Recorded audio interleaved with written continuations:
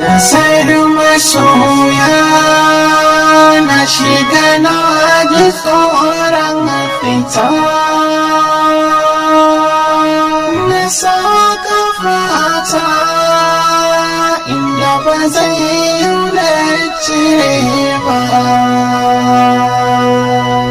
Ta fara da sa'insa ta kare da sa'insa, a hankali ya ƙauna ta shiga na sani ta ɗarsa. Zaɓi zauna ta raba marabewa, zuciyayi na wahala rashin masoyi.